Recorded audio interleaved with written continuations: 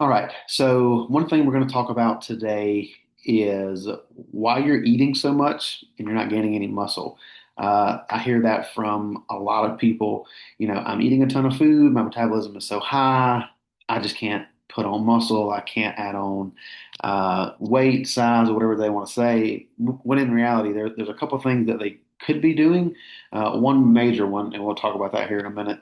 But there's some things that they're probably not realizing that they aren't doing or that they are doing, I guess maybe is a better way to put it. But we'll dive into it and pretty much come up with some conclusions as to why you're eating so much if you're in a bulking phase and you're not putting on contractile muscle tissue, right? So, first and foremost, you just aren't training hard enough to create that stimulus for muscle growth. So think of creating that stimulus, creating that adaptation as cutting on a light switch, right? If you walk into your kitchen and you cut the light switch on, right, you've just created a stimulus for the light to come on, right? If you go into the kitchen and you just touch the light switch or you don't really give it any effort to push the switch up, right, nothing's going to happen. That's kind of a very basic, broad explanation of how you make that signal for stimulus to create that adaptation to either adapt or die. So number one is your training probably sucks, and this is not to be mean in any capacity. My training sucked for a very long time. There's still bouts, there's still days to where it sucks, but it takes many years and many efforts, many failed attempts to get to where your training sucks less, I guess is the best way to put that. So if you're not applying a progressive overload, your body has no reason to adapt and make the change, right? I'm sure that you've heard the saying adapt or die, right? Well, think adapt or die in this scenario where die means just stay the same. So, a couple signs that your training is understimulating, it's not enough to actually cause growth, create that stimulus for growth is you use the same weights week after week. I mean, if you go into the gym and you do squats every week and your working sets is always 3 sets of 10 with 225 and you've done that for weeks and weeks and months on end, um, you should probably notice by now that I'm really not getting any stronger. I'm lifting the exact same weight, the exact same amount of times. I'm not pushing myself. I'm not challenging myself. I'm not creating that stimulus for growth. Um, I'm using the same weight and tempo and reps week after week after week.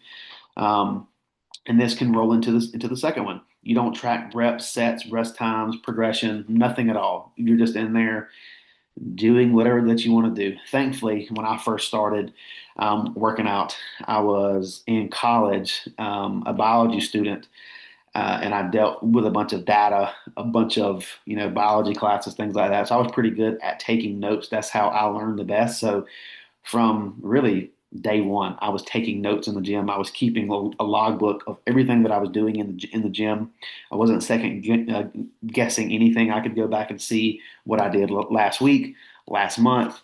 What weight was I lifting? What exercise was I doing? How many sets were I doing? What was the tempo? Things like that. So if you're not tracking anything at all, how do you know if you're moving in the right direction? It's the same thing with progress pictures and your weight, right? If you're not tracking your weight and you're not taking pictures to compare side by side, outside of you just feeling better and maybe feeling a little slimmer, how do you know that you're making progress? The third one is you finish your workouts, you feeling tired but not challenged and never progress at all. So essentially, you just go into the gym to do something to burn calories, and you leave. Again, that boils right back to you're not tracking anything. You have no idea what you're doing, and if you're not constantly pushing yourself to become better from last week or the last session, then you're not going to get anywhere, and you're not going to add on any kind of significant amount of tissue. And then my favorite one, you're training for a pump for Instagram for your daily selfie. And I'm going to call myself out here. I mean, I take the pictures just about every day and I post them up. It's really not for anybody. It's for me personally. But some people that I know that I've come to become friends with in the gym, that's really all they do. They get a decent enough workout in to where they have a decent pump to go take a picture. And once that picture is taken, the intensity goes way down. They kind of coast through the workout, or they just leave in general. They're training to get a picture to, hey, I showed up, look at my physique kind of thing, and then they're done, right? They're not training for performance. They're training for social media clout in an essence. So if we're training for muscle gain, this means lifting with intent and intensity. You should be tracking overload and making and taking most sets close to failure, if not all the way. Now, number two is going to be you're not digesting or absorbing what you're eating. So just because you're eating 3,000 calories a day doesn't mean that you're absorbing 3,000 calories a day. So if your digestion sucks, you'll still be underfed even when you're eating more food. So you can look for signs like bloating after specific meals, gas, inconsistent bowel movements, acid reflux, any kind of digestive issues, and you're eating a ton of food and you're not seeing the progress that you're wanting to. And let's say, not to be TMI, but if you're eating a ton of veggies and you're just, passing those veggies and really nothing is getting broken down to a degree, that could be a sign that your body is not absorbing the nutrients well, and it's just, passing by. Now, on the flip side of that coin, that could also be, just fiber that's helping you, that's helping sweep that GI tract out, and then that's fine. But if you're eating a ton of food and you're seeing that your stool, again, not to be TMI, but you're not processing your food very well at all, and it's just kind of passing through, then you're obviously not absorbing it like you should be. The third one is going to be poor appetite, even when your body needs to eat. So if it's time to eat and your appetite just is not there to eat, there could be a number of reasons for this. But one big reason is digestive issues. If your body is not digesting the food, it's not going to give you the green light, the signal to say, okay, hey, let's go eat more, right? It's not going to do that. So if you have a poor appetite when it's time to eat, then you probably have some kind of issues going on. Potentially, that's not always the case, but that could be something to look at. So you may need to simplify your food choices, slow down when you're eating, reduce stress before meals. Don't be on your phone, excuse me, the entire meal. And that's something that I should work on as well too. If I'm eating a meal, I'm typically on Instagram, Facebook Marketplace, something to just buy the time just because I'm honestly bored and I just want to eat the food because if I'm eating 6 meals a day, that can get boresome and tiresome at sometimes, right? But to the times where I do feel a little anxious and a little overly stressed, having that time away from the phone and not having to eat with a stimulus glued to my face, right? That obviously can help as well too. And then if you're still having some kind of issues, consider a digestive support like digestive enzymes, beta 9 HCl, apple cider vinegar, things like that. Now, the rule of thumb is to chew each mouthful of food a minimum of 20 times. You don't want to inhale your food. If you're just shoveling food in your mouth and you're not, you know, when you're chewing your food, you salivate and your salivatory glands produce enzymes that go into your stomach to help break down your food. And if you're just raking food into your mouth, you're not able to produce those digestive enzymes that are then swallowed into the stomach to help your body, digest the food. So make sure that you chew your food at least 20 times. I'm not saying I sit there and count one, two, three, but just chew your food up. Don't inhale it. Number three is your recovery is garbage. It's trash. You all know this. Muscle isn't built in the gym. It's built outside of the gym. If you go for 2 hours a day, it really, really, really matters what you do the other 22 hours of the day. I don't care if you go in there and be Arnold Schwarzenegger for 2 hours. If you can't be Arnold Schwarzenegger for the whole 24, then good luck. You're just digging yourself into a hole that's going to be really hard to get out of. Some recovery killers, poor sleep. That's the biggest one. Really, with anything that I do, if somebody is having an issue, one of the first things that I look at is sleep. If your sleep is off, I mean, really everything else downstream is going to take effect. I mean, if you say that your digestion's poor, your energy is crashing out. Things that, I mean, really anything that you could probably say that is going wrong during the week, if you can tie that back into poor sleep, then that's probably your culprit there. You got to keep in mind too, when you sleep, your hormones get regenerated at that point in time too. And if you're not sleeping, well, then there you go. Your hormones are going to be down regulated that day. Higher cortisol, higher insulin resistance. It's a number of things. So sleep is very, very important. At least 6 to 7 hours a night, if all possible. High cortisol from constant stress. You could tie this back in to poor sleep. Um, Alcohol disrupting your muscle protein synthesis. I mean, me personally, I don't drink hardly any at all ever. I think I haven't drank since like 2018, maybe 2017, 2018. And that's not to shame anybody that does, but you got to keep in mind this is a literal poison to the body. And when you put it in your body, don't expect your body to respond like it normally does. It stops all metabolic processes to get that poison out of your system. So, drinking alcohol is definitely going to hinder recovery. It's kind of like your car just running out of gas. And once your car is out of gas, that's it. Your main priority is to get gas to get that car back going. When you drink alcohol, your body's main priority is to get that poison out of there as soon as it can. Um, Next one's going to be doing too much cardio while you're trying to gain. So if we're constantly, shoveling in food, we're trying to eat a ton of food, but we're also burning a lot of calories from doing too much cardio. Well, that's kind of a double-edged sword, right? If I just added in 400 calories into your, daily meal plan, and then you want to go out and run 20 miles this week, let's just say, just for the sake of making this easy, that equates to 400 additional calories burned across, the 7 day span. Well, you just negated that whole caloric increase, right? So if you're doing too much cardio, that's obviously not going to do you any good there as well, too. Um, so if you're lifting hard, so if we go back to the first one, if your training does not suck, if your training is really good, um, but your recovery is trash, you're not sleeping, your body is just going to stay inflamed, and it makes that very hard and very difficult to drop fat and put on muscle. And if your sleep is poor, again, a recovery isn't going to be able to happen. Your hormones will not be able to regenerate.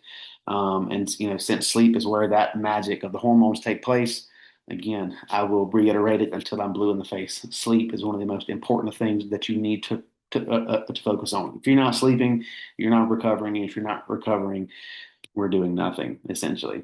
So sleep and recovery is the most overlooked aspect of getting in shape by far. If you don't take anything out of this today, not even talking about why you're not gaining, eating 3,000 calories, make sure that you understand that sleep is very, very important. And now the last one, which is the one that you probably all could have named just right off the top. You simply just aren't eating enough.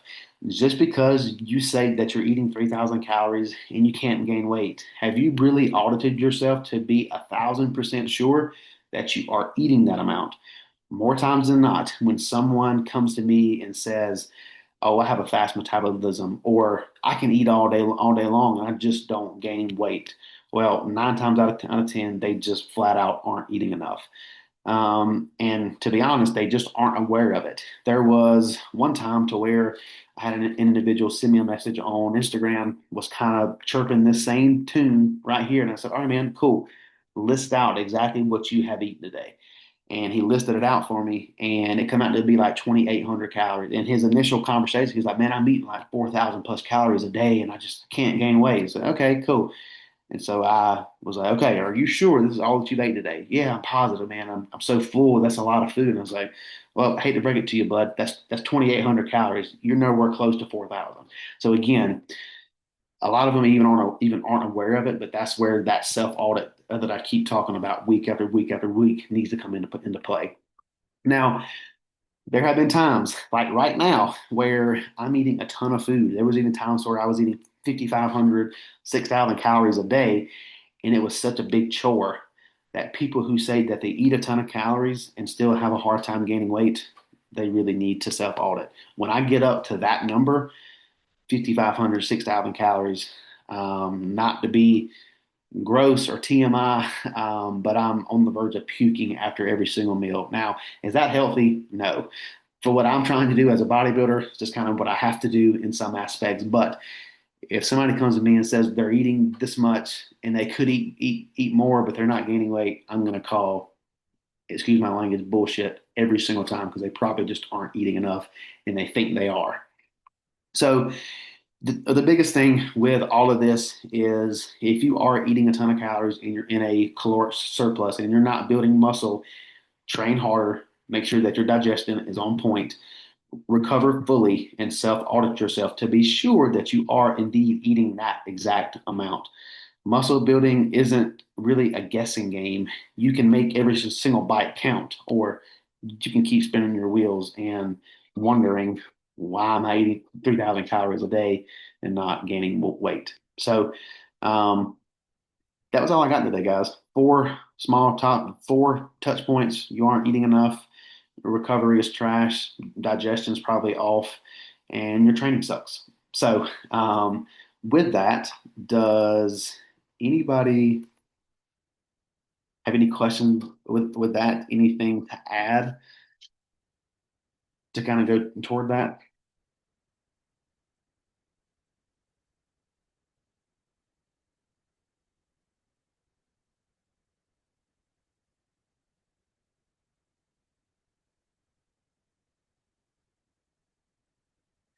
And if nobody does, it's all good. Maybe I hit it on the head this time.